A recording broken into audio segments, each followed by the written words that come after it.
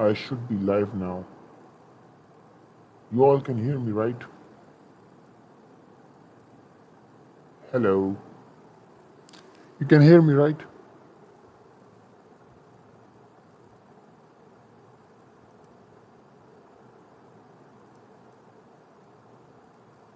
Okay, good. Let me just make one thing clear here. Yep.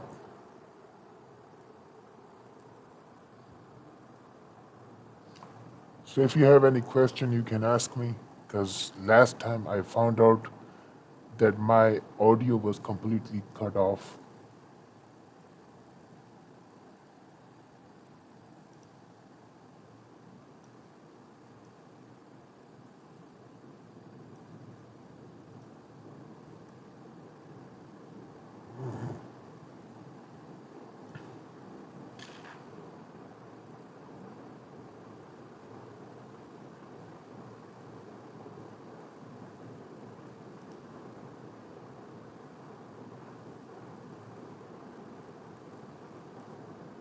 He's constantly compared to some of the most powerful fictional. In the anime world, Goku. Or we can just react to this video by Heligus, and he is in the chat right now.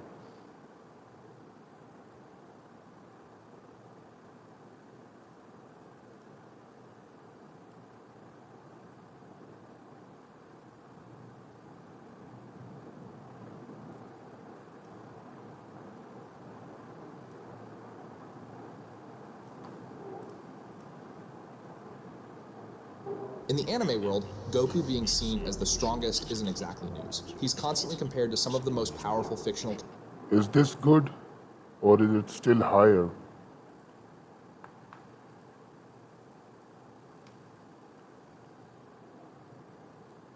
Let's just start the video and In the see. anime world, Goku being seen as the strongest isn't exactly news. He's constantly compared to some of the most powerful fictional characters out there.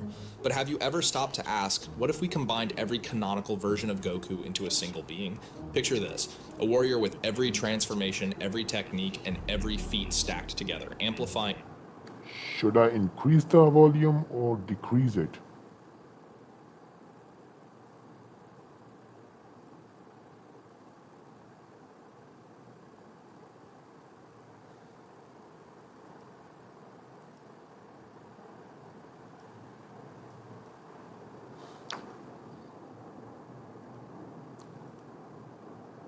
Each other into one ultimate entity, from a monkey-tailed kid with barely average power to someone who surpasses even the strongest gods. How strong would that Goku be? Let's start from the very beginning. Even in the earliest days of the story, Goku wasn't just another fighter. Right from the first chapter, he was built different. This was a kid who could kick a tree into firewood, shrug off bullets to the head, and lift cars above himself. And within a few short years, just 89 chapters, he went from that to being insanely strong. And I'm not exaggerating here. To put it in numbers, Goku went from generating maybe 1,000 joules of energy with his kicks to surpassing Master Roshi, the guy who blew up the moon. Destroying a moon takes energy in the octave. So, in Dragon Ball community, there is a problem. A lot of people say that the Earth in Dragon Ball is way bigger than people think, which is not. The Earth is same as ours. It has the same size as ours. So if anyone tells you that it's bigger, it's really not actually that big. Now, inverse wise, the planet is small. Like inversely, the planet is small. That's why Kid Goku was sent to destroy it. But in reality, the planet is same as ours. Billions of joules. That's a strength increase of 100 septillion times. Yeah, it's ridiculous. I said that because if you upscale the Earth, you, by extension, upscale the Moon. That's why I said that. So destroying the Moon is still Moon level, not star level. But that's not where it stops. Goku eventually takes on King Piccolo, a villain so powerful that Roshi, who was no slouch, had to resort to a sealing technique just to stand a chance. King Piccolo, he could casually destroy the Earth if he wanted to, but Goku beat him straight up. In speed, Goku wasn't lacking there either. He outpaced lightning, dodged lasers from just a few meters away. Yeah, I want to come to this. This laser needs context to be light speed. This doesn't automatically make it light speed. So you need to provide context if it's actually light speed or not. And even surpassed the speed of light itself without breaking a sweat. This wasn't just some monkey kid swinging a staff around. Goku was already a beast before he even became an adult. But that's just scratching the surface. Let's see what happens when we move on to Z and beyond, where things really get crazy. Now we've reached the point where Goku faces enemies far beyond simple planet busters. In Dragon Ball Z, planets aren't your everyday celestial bodies, they're massive. For example, planet Arlia scales to dwarf star level. King Vegeta's power has been calculated. Yeah, I want to talk about this feat. As I previously said, that a planet inversely is really, really small. Like our Earth is really small inversely in Dragon Ball. But in reality, the Earth of Dragon Ball is same as ours. If you are not understanding, if you can understand me, let me write that for you.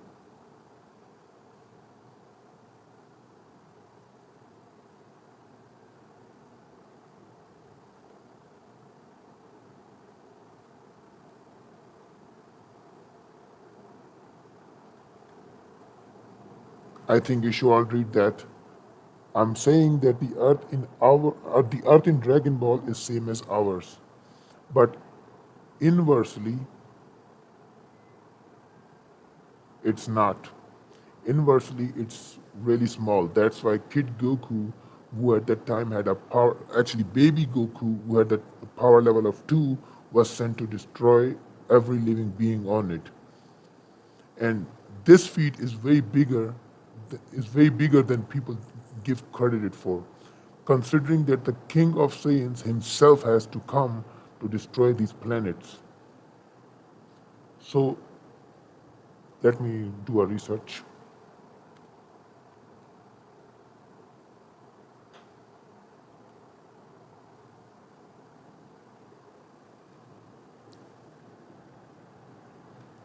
King Piccolo at the power level of 260 can blow up the Earth, which I just previously mentioned that inversely Earth is very small. So let's take that. Let's take that. You need at least a power level of 260 to destroy Earth. Remember this. And King Vegeta, who had a power level of 10,000, destroyed those planets. So if we just divide that by 260, that planet was at least 38 times bigger than the Earth. So that feat, just by waving his hands, was able to destroy 3 planets, which are at bare minimum large planetary. That's how difference in power is between them. This is not just a planetary feat, but large planetary, or to dwarf star level, I think. To large star level. And then there's Frieza. Frieza, in his weakest form, casually destroyed Planet Vegeta with a single finger, a feat calculated to solar system levels of energy. And when Frieza destroyed Planet Namek while holding back significantly, its explosion showcased multi-solar system level energy. But this is just scratching the surface of the Dragon Ball universe's scale. It's been stated multiple times. Wait a minute, let's go back a little. Frieza destroyed Planet Namek while holding back significantly, its explosion showcased multi-solar system. Yeah, so this feat is not actually multi-solar system level, but even higher, if you consider these two factors.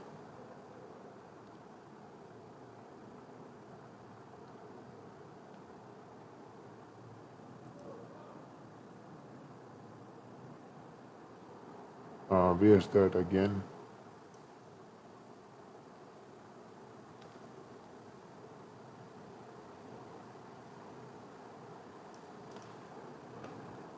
If you can read, it says the universe is. Wait, no, not this one.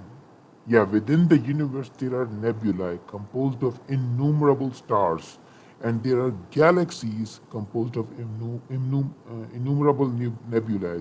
So basically, a single nebulae has countless stars. Like just a single nebula should be high universal if you go at face value. since innumerable is basically infinite. But if you go at a low end, innumerable should be in millions to billions. So that feat is still not multi-solar system level, but actually higher. And since it was shown outside of a galaxy, and a single galaxy has innumerable of those nebulae, that feat should easily be multi-galaxy level. That's how big that feat is actually.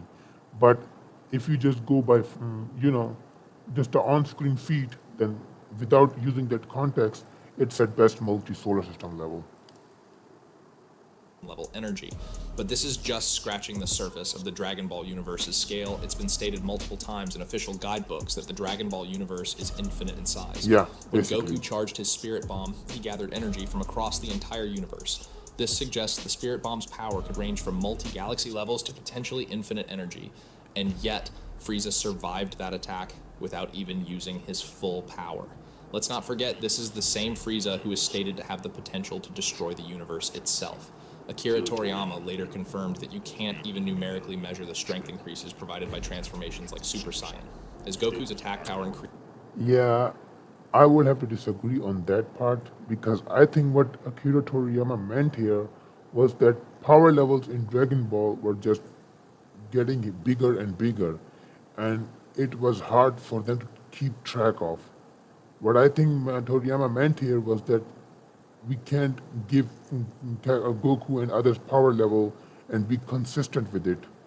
So, in my opinion, what this can says is that the consistency of power for Super Saiyan and other transformations becomes irrelevant because they can't be consistent with the numbers anymore.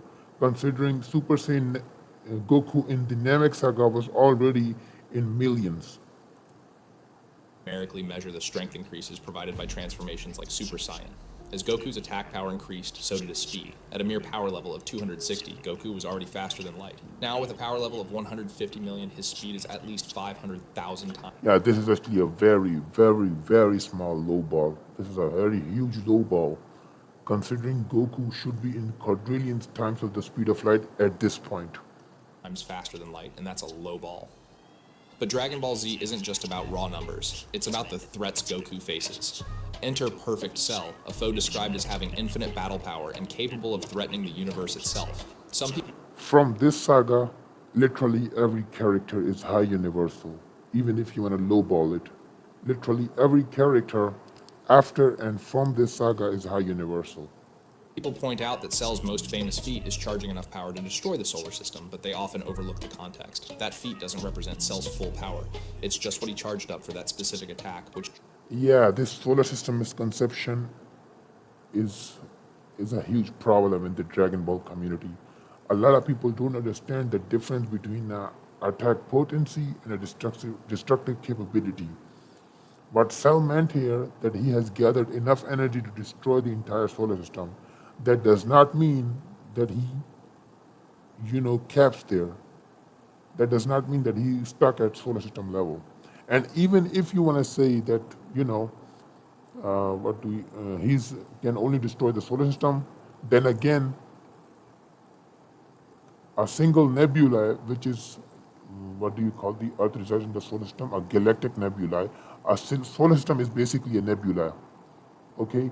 And a single nebula contains multiple stars, like millions to billions of stars.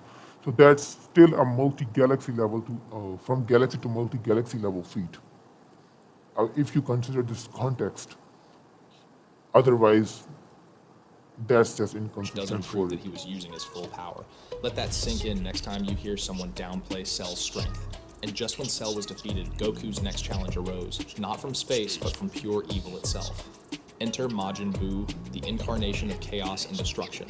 Buu's transformations take his power to absurd levels, with each new form stated to be infinitely stronger than the one before it.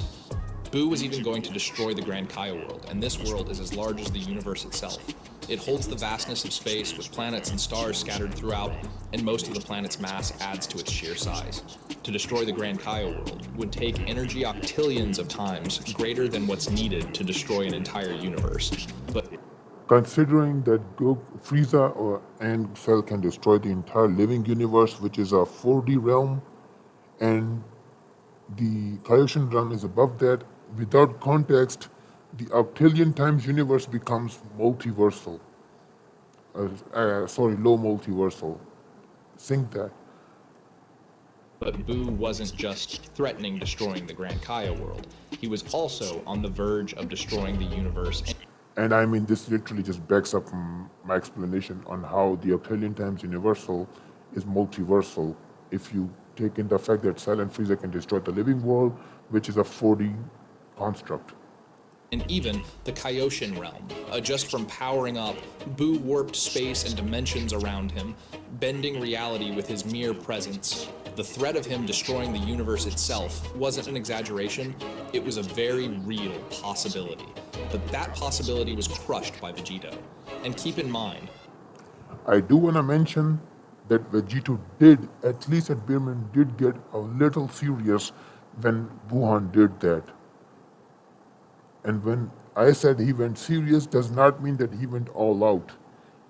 Just that he used his real power for a little. Boo's power was far beyond Gotenks, who had already shown the ability to scream out of dimensions and warp reality just by existing.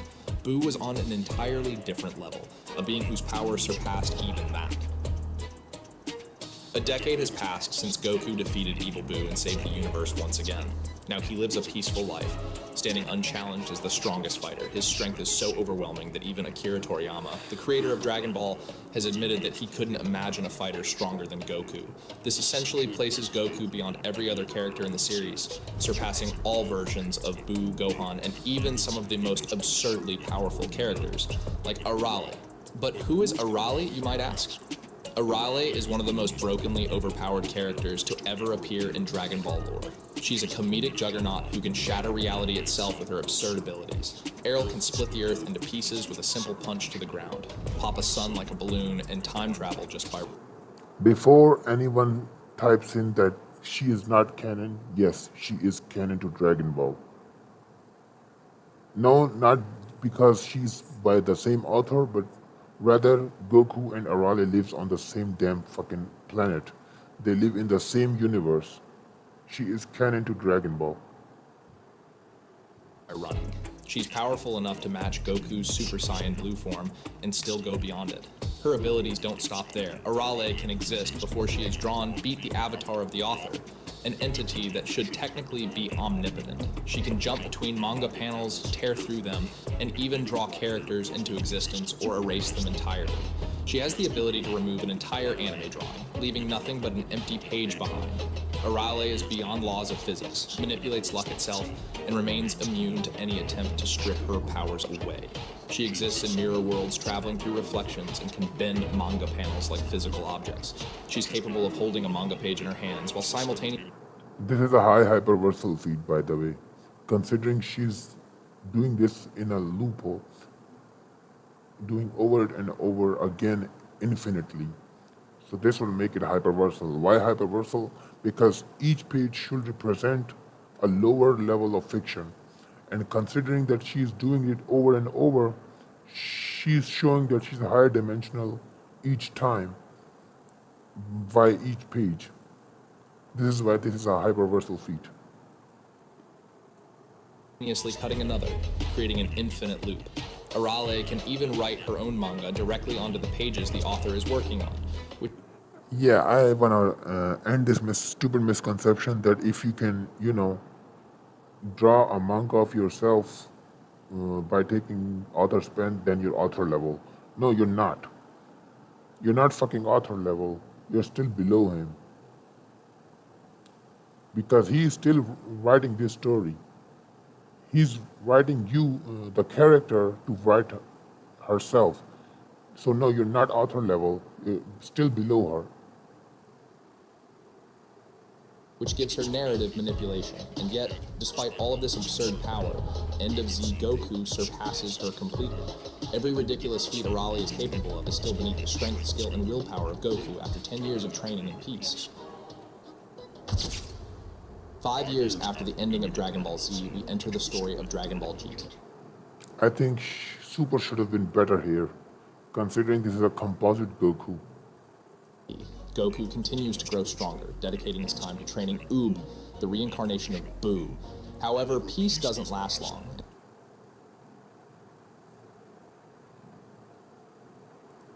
Goku is thrown into new challenges after being transformed into a child by the power of the Dragon Balls. Despite this setback, Goku faces opponents even stronger than Buu and achieves new heights of power, including the iconic Super Saiyan 4 transformation.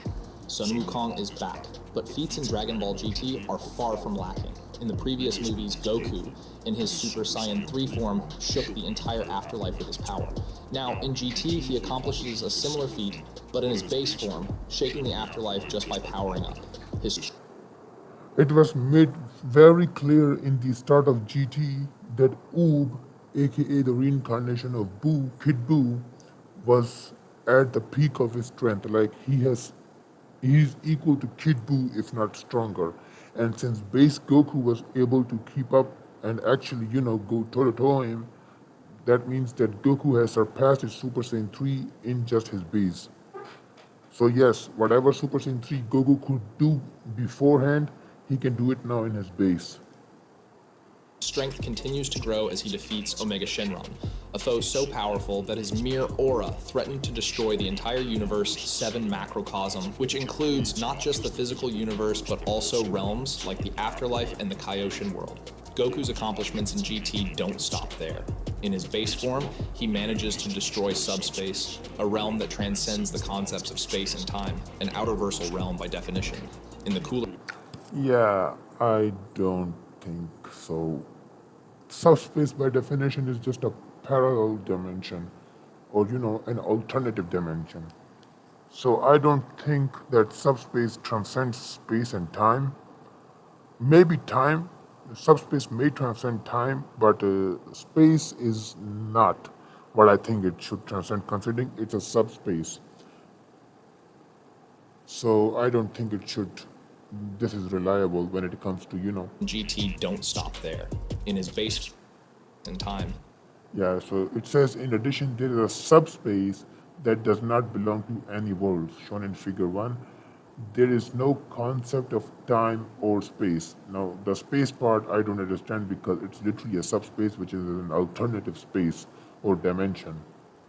And it is located in between dimensions, which just makes it even more inconsistent for its no or space part.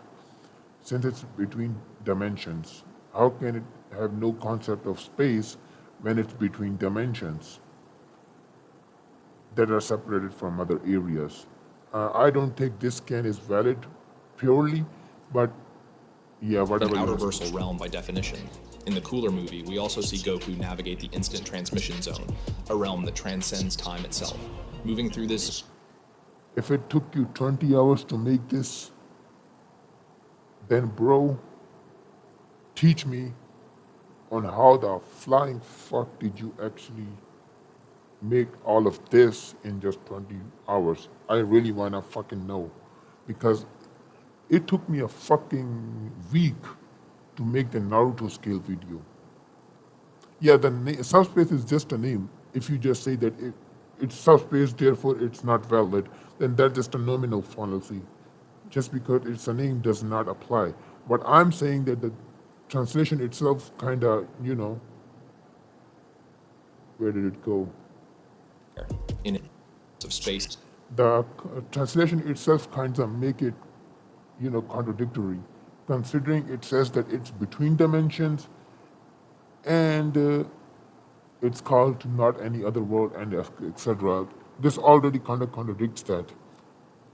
And a subspace, even if it's just a name, but its definition, it's literally just an alternative dimension to our 3D space.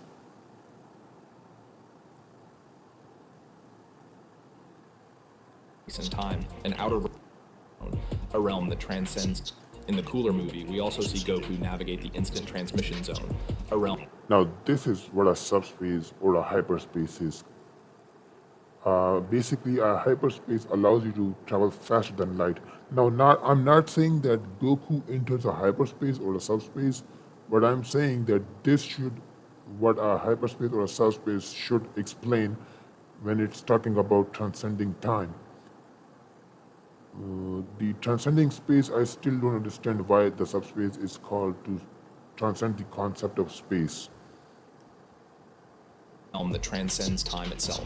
Moving through this zone grants him immeasurable speed, as he effectively operates beyond the bounds of time. Yeah. Goku also demonstrates traits reminiscent of Ultra Instinct. During his battle, he states that he can sense his opponent's attacks before they happen, effortlessly dodging without needing to look or even sense the attack. And no, this is not Ultra Instinct. This is basically a Dragon Ball version of what was it called again? Observation Haki from One Piece. This is basically a cheating, not Ultra Instinct.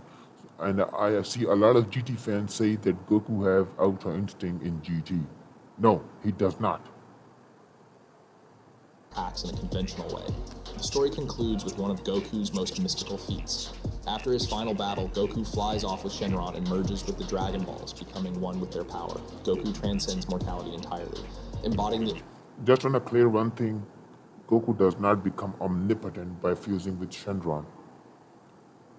Although considering that the dragon is as powerful as its creator, and since Goku is technically the new creator of owner of Shenron, Shenron will be as powerful as Goku, who can destroy the entire macrocosm at this point. So he should be ultraversal as well if you go with the ultraversal scale. Since I go with the 70 to 80 scale, Shenron was also scaled there. energy of the Dragon Balls themselves ascending to a near genie-like existence. Unlike a genie or Shenron, Goku can now grant wishes for himself at an outerversal level without needing to summon anyone else. In Dragon Ball Super, Goku's strength is tested when he faces Beerus, the god of destruction. After being defeated by Beerus in just a few strikes in his Super Saiyan 3 form, he states that not even fusion could beat Beerus. But Goku unlocks Super Saiyan God through a ritual involving 5 pure-hearted Saiyans. This transformation grants him the power to challenge Beerus in a battle that threatens the very existence of the Universe 7 macrocosm. Talking about the Universe 7 macrocosm, it's pretty interesting, considering that they threaten to destroy a realm like the Afterlife, which lacks space and time on a conceptual level and transcends dimensions themselves, meaning that Goku threatened to destroy an outerversal realm with just punches alone. Though Goku loses the Super Saiyan God form, the divine energy becomes part of him, and now he has God energy flowing through his body in his base form. Training under Whis, Beerus' attendant, Goku attains Super Saiyan Blue, a form combining Super Saiyan strength with Super Saiyan God. With this new power, Goku faces Golden Frieza and Hit, a time-manipulating assassin. Goku's strength grows further, and he confronts Goku Black, a corrupted version of himself from an alternate timeline. When Goku Black merges with Zamasu, Goku battles the powerful fused entity using new techniques, including Hakai and perfected godly energy. Before someone says that Goku can't use Hakai and Hakai can't kill immortals, go read the damn manga and let me show you something.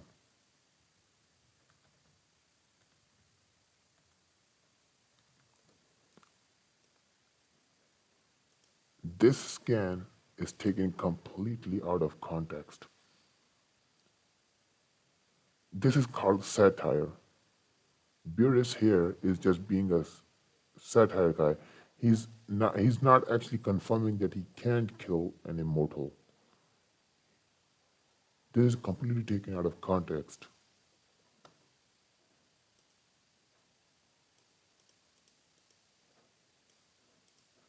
In the Tournament of Power, Goku faces Jiren, a warrior whose strength surpasses that of even the gods of destruction and Zamasu, fused with the timeline. Pushed to his limits by Jiren, Goku falls into the Universe 7 Spirit Bomb, and the Spirit Bomb detonates and Goku doesn't escape it. As everyone thinks hope is lost for Universe 7, everything starts to shake by unknown force. From the rubles, Goku arises with technique that no god thought of seeing it. Ultra Instinct Goku, a state of heightened reflexes and instinctual fighting. But this mortal with godlike strength becomes really something else. A fighter from a warrior race with the peak of divinity stands at the edge, getting pushed back. Goku enters angelic state and creates a galaxy with his aura alone and becomes an angel.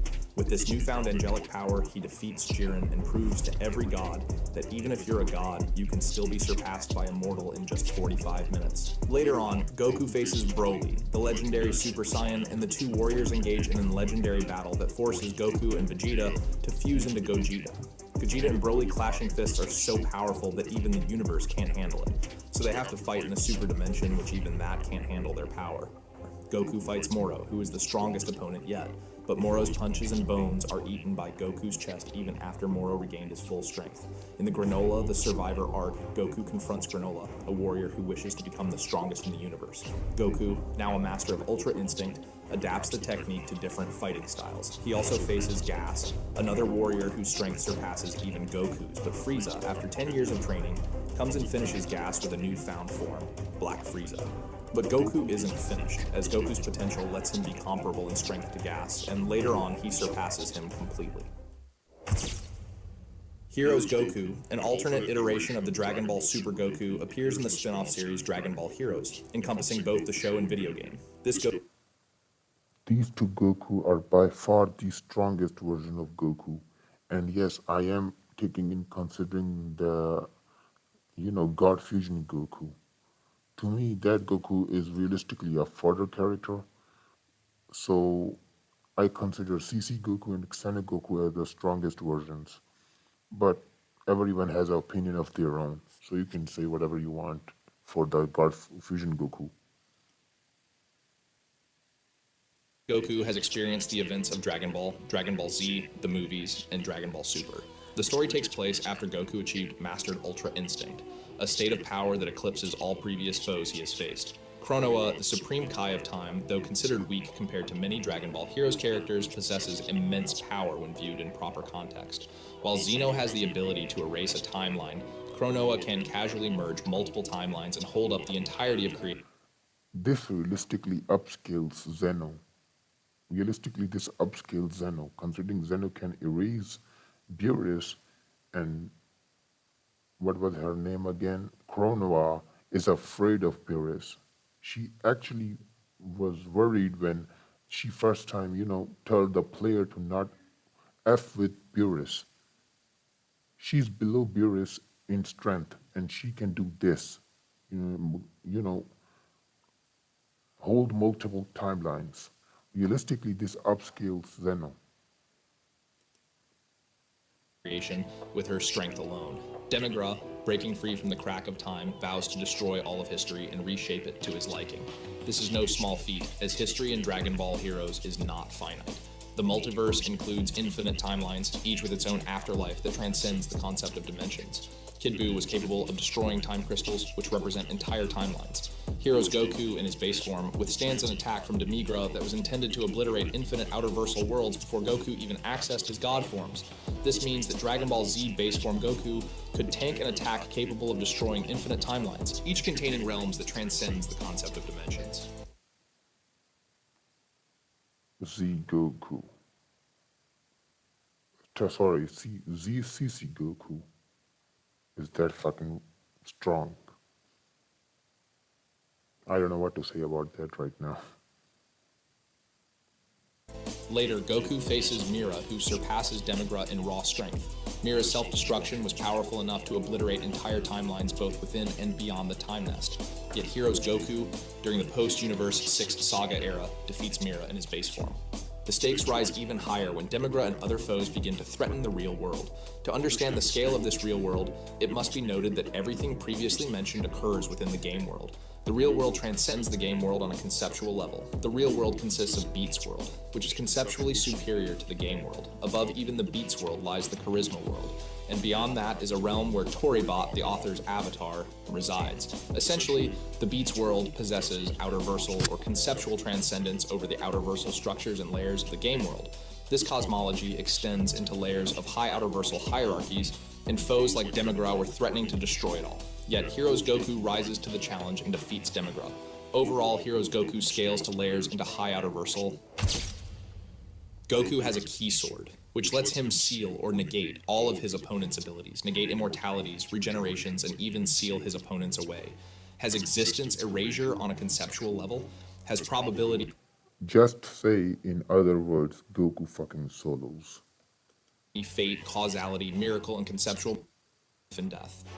Overall, Comp Goku scales to high outer versal with irrelevant speed. With this great power comes great responsibility. Son Goku possessed so much power, but he chose to protect the weak and beat the evil. What's up, guys? It's me, Helagoose. Make sure to like and subscribe if you enjoyed the video, and join my Discord server. The link will be in description, and tell me who can beat Comp Goku. Yeah, you all should join the server. I'm also in his server. Yeah, that's the end of that. If you have any question about One Punch Man or Dragon Ball, you can ask me. Because I am, for now, doing a tier list.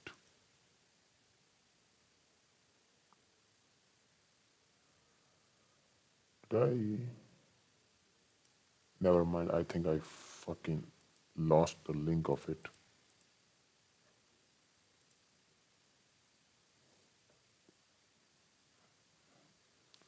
What is fucking again? Yeah, here it is.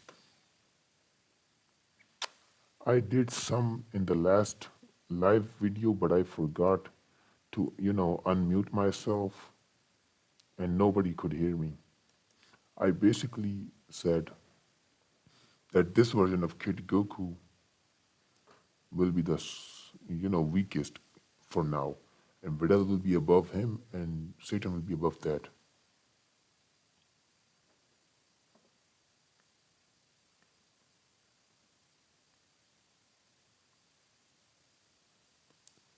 So basically your own character. Yeah, I mean, if you have a consistent story for it, then, you can scale him wherever you want. If you have a consistent story and consistent feats for it. Otherwise, people can just ignore it as a OC fallacy. And OC fallacy is basically when a character, the author can just make up anything out of anywhere about his character. That's basically an OC fallacy. Another video, what should we watch?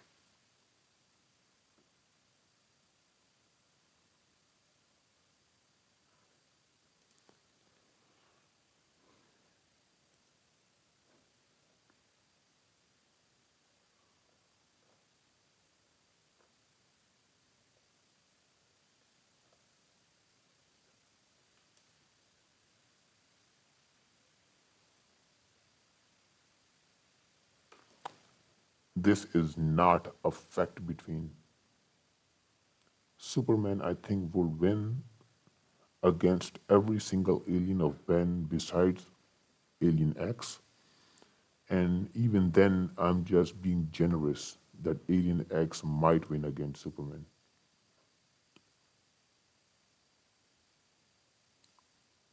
If you don't have the story, a consistent story, I mean, then yeah, a lot of people can just dismiss it as an OC fallacy.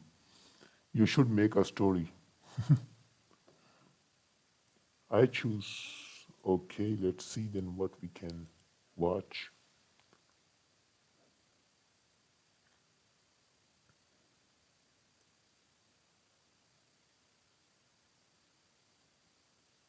Wait a minute. You did release a shadow video last time. Let's watch that.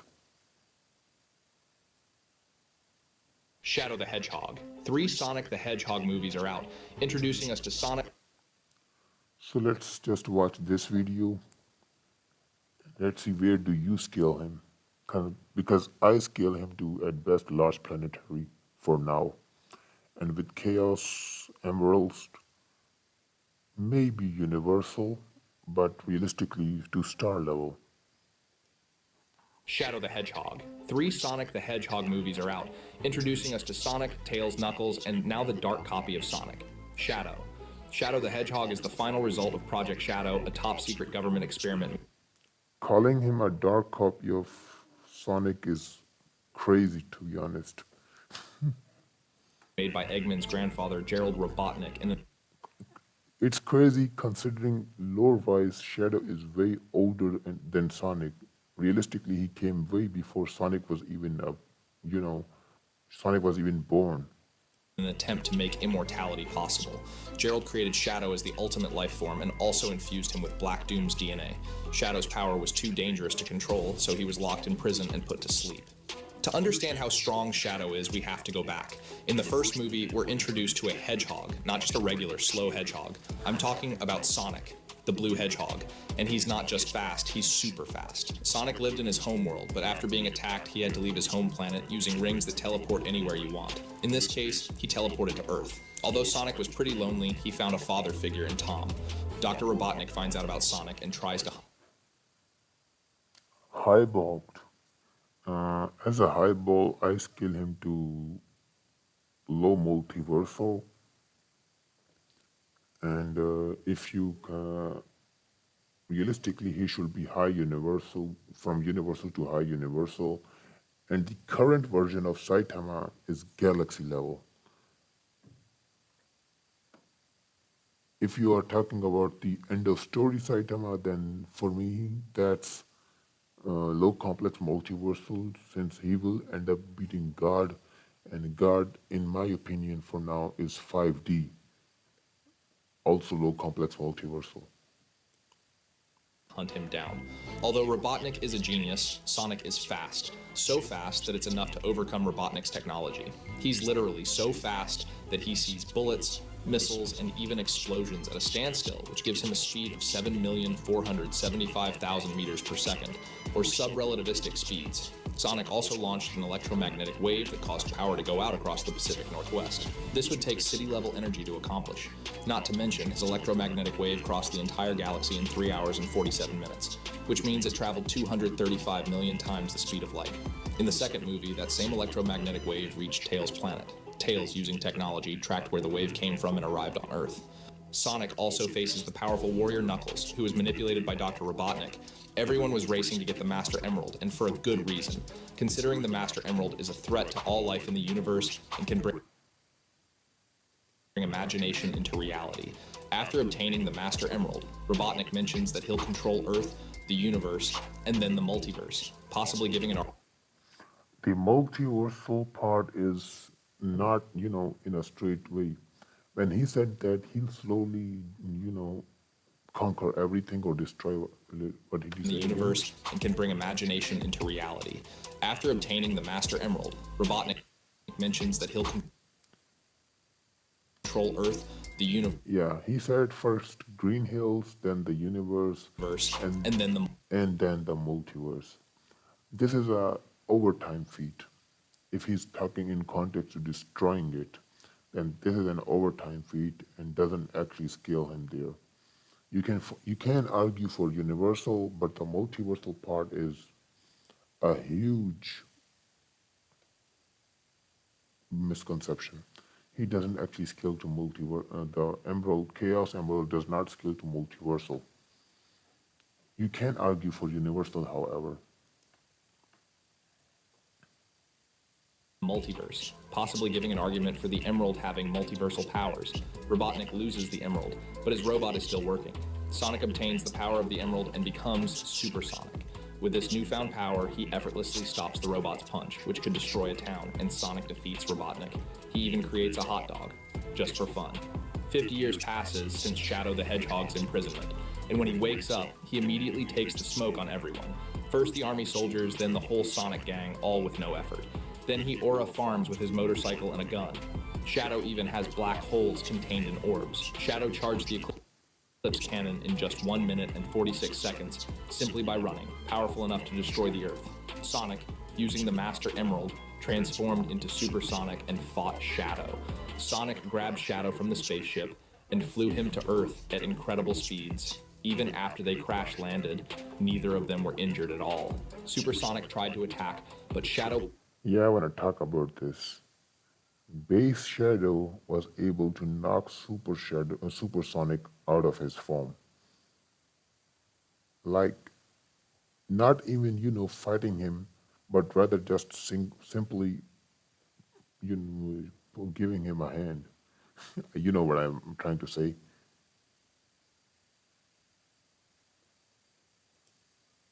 Punched him so hard that Sonic lost his emerald powers. Then they raced to get the emerald first, and once they both had its power, it became Super Sonic versus Super Shadow. They fought so fast that Yeah, I mean, I'm not such a big YouTuber to have instantly thousands of, views. I will obviously get at best. Actually, I'm pretty, you know, happy about the fact that I at least have three watching viewers. they seemed to teleport between locations. Wait, who did ping me? Never mind.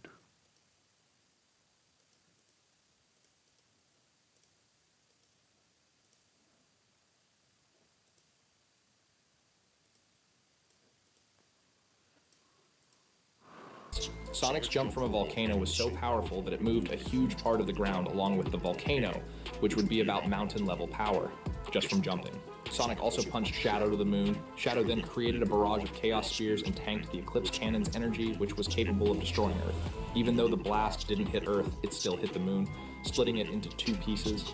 Shadow even pushed the Eclipse Cannon, which weighs about 2,500,000 tons. Funny enough, the rings on Shadow's wrists actually limit his power. When he removes them, he becomes even stronger. If we talk This the explosion was enough to make a huge explosion that makes the Earth like a moon. That's how big the explosion is. And considering that Shadow survived this, he would obviously scale to Lord Planetary. rings on Shadow's wrists actually limit his power. When he removes them, he becomes even stronger. If we talk about abilities or weapons Shadow has then, he can teleport, fly, make barriers, make electromagnetic waves, bring his imagination into reality using Master Emerald, has orbs that contain black holes, and many more abilities.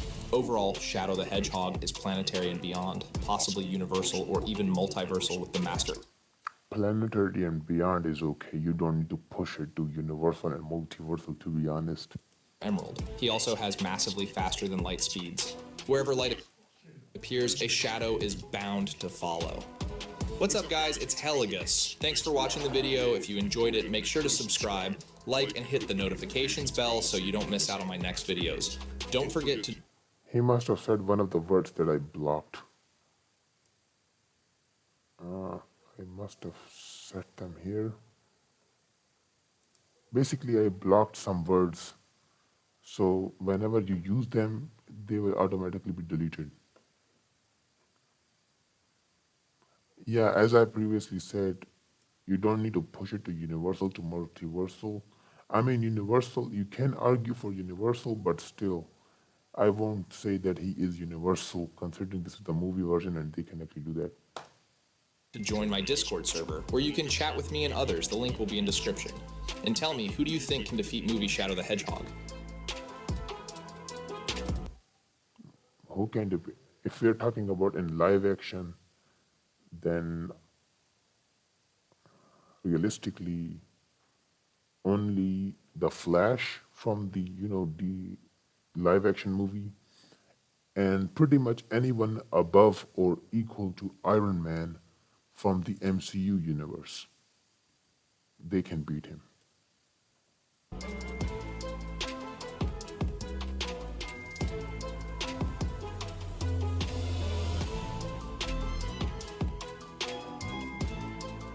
I guess that was the video. I mean, yeah, CW Flash has actually better feats than the movie version of the Flash, aren't doesn't he? He does have better feats, right? He has like universal feats, if I remember. I mean, he is way smarter than Robotnik's, so he can just think of something to beat Shadow.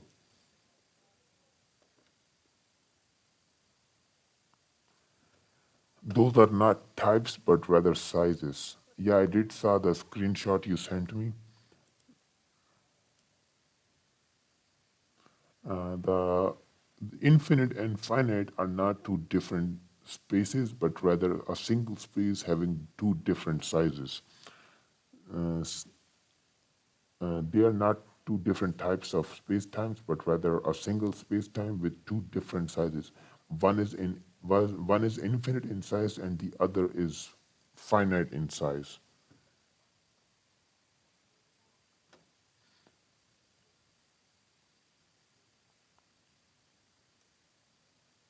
Yeah, CW Flash is winning. I don't see how movie Sonic or Shadow or anyone in the Sonic live action movie is doing anything to him. He has far greater feats, if I remember correctly.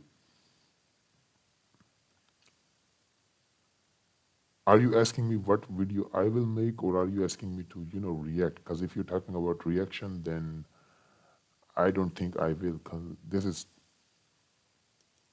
it's almost 11 p.m. and I have no electricity, so maybe not another reaction for now.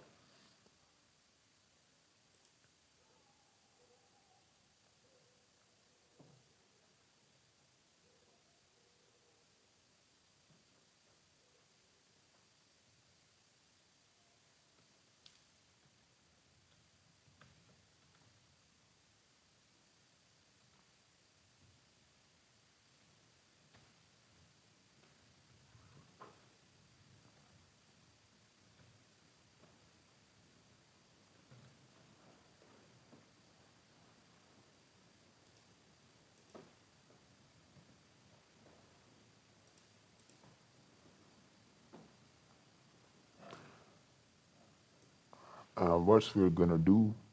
I mean, you can ask me questions about something like about One Punch Man and stuff.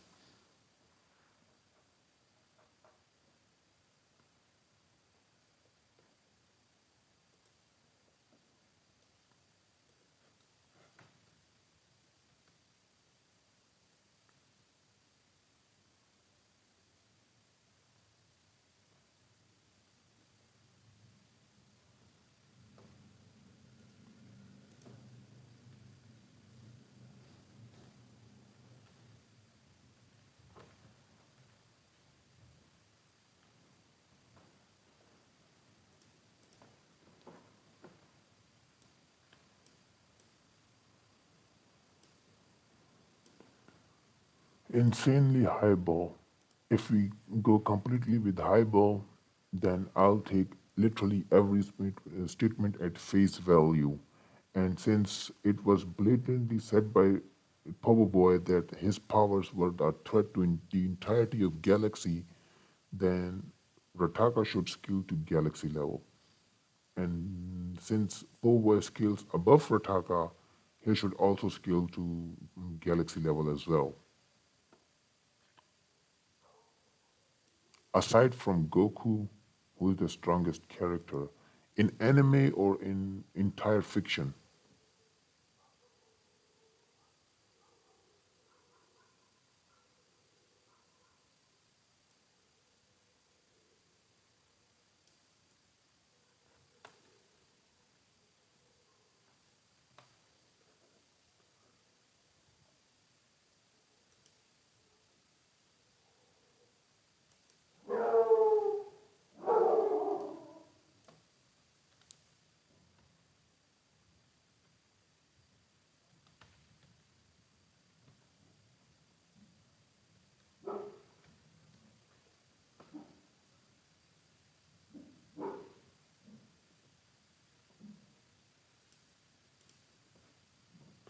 In, in entire fiction, uh,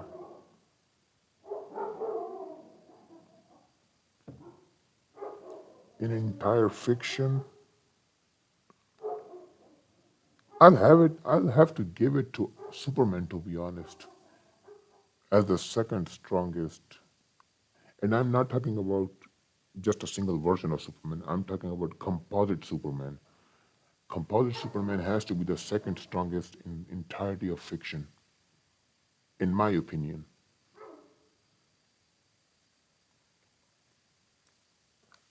That was not just a dog. That was multiple dogs, like three or four dogs.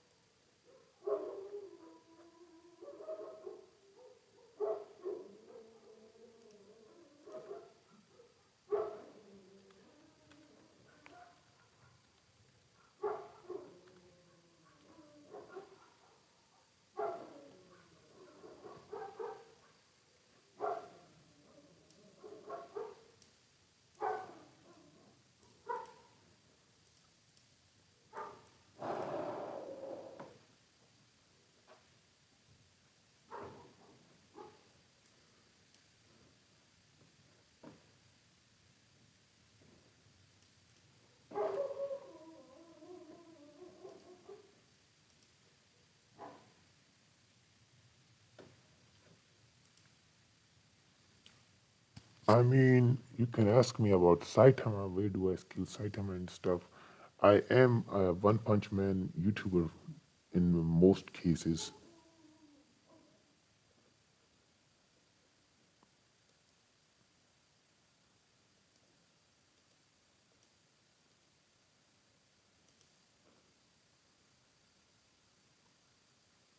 Okay, why not? We can do that.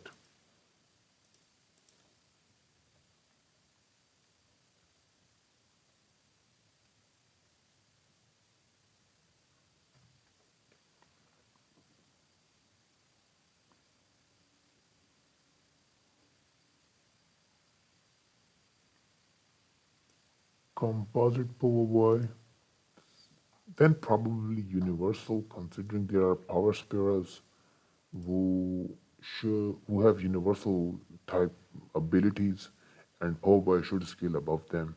So he should be, universal by that.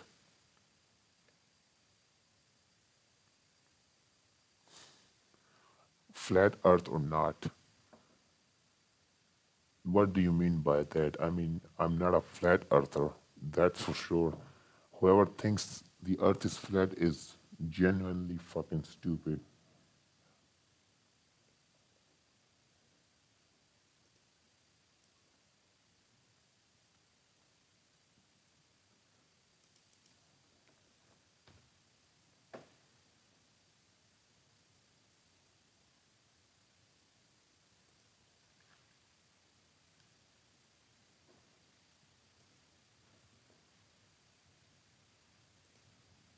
Aliens tier list, I think this should be the one. That's not all of them, but these were shown in the Omniverse, I think. Let me look at another one.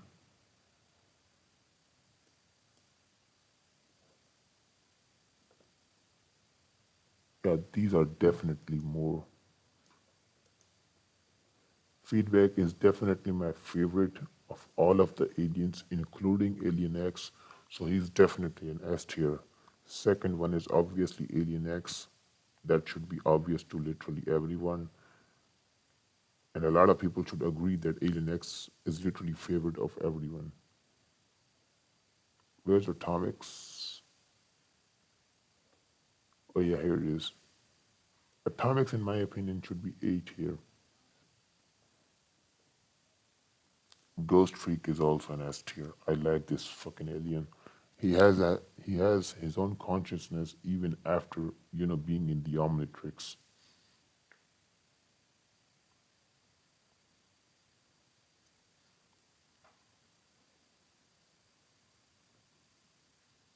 Yeah, that's a range type, but he can literally make anything, but it will be invisible. Basically, the best bot for mimes. I don't know if this is way big or not, but this is also an A tier, above Atomics to be honest. Ultimate Humongous Sword, definitely an A tier. Energy is a C tier in my opinion. So is Armadillo, and I forgot this guy's name. Heat Blast is an S tier in my opinion. Chromostone is B tier. Blox is a D tier, to be honest. For I don't like this alien. Big Chill, another B tier for me. The original design was better. The original design, to be honest, of this alien was better. Gravitax easily C tier.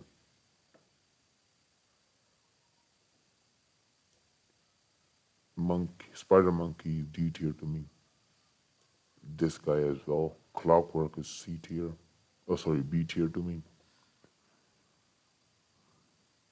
Yeah, every new in the Power Boy universe, every new villain is stronger than before, and Power Boy does seem to show relativity to against them. So he does get stronger in each movie and episodes.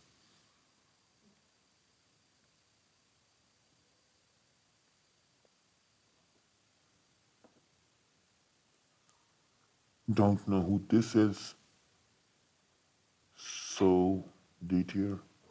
This is I think ultimate wild mode. For me, it's C tier. D tier. I don't like this one. These are not all of the aliens, I think, but you can say whatever you want. Ben Wolf, B tier. Yeah, this one is one of my other favorites. The full form of swamp fire. The full evolved form of swamp fire.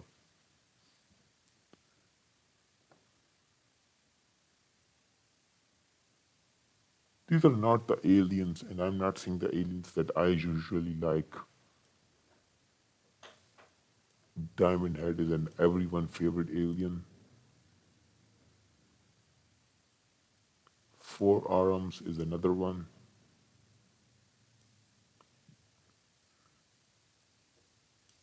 Wrath, one of the best characters, but not my favorite that much.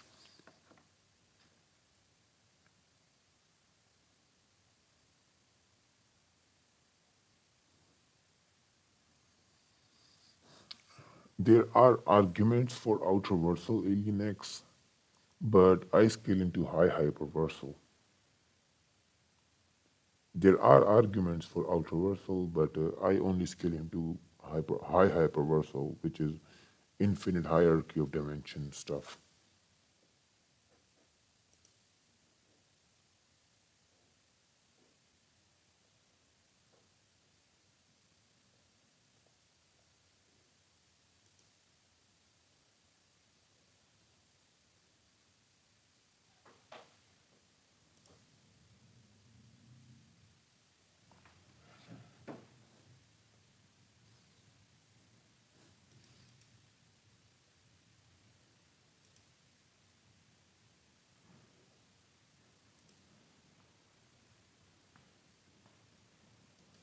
Yeah, yes, I did. The one above all, in in my opinion, is hyperversal. Since I scale Marvel to hyperversal, so yeah.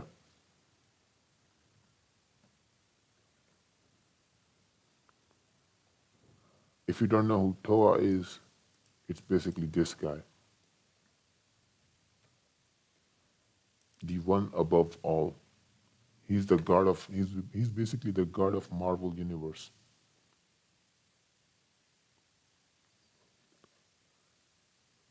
I'm literally I literally am not don't know what I'm doing at this point, so I think I should end the stream because it's also 10:40 now. It's almost 11 p.m., which is I do have to wake up tomorrow early and stuff too because I scale Marvel to Marvel hyperversal.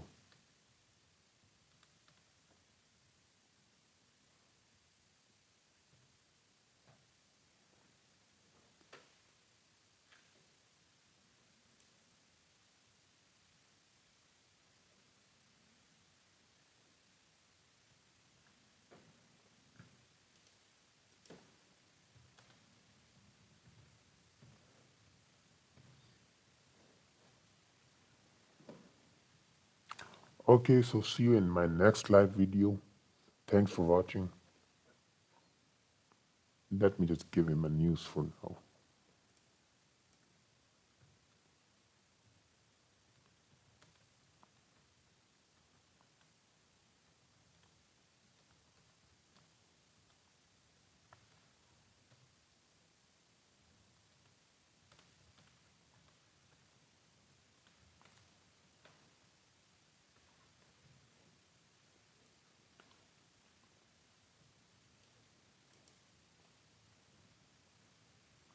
I mean, that's a not my problem. I just scale Marvel to universe or more hyperversal at best.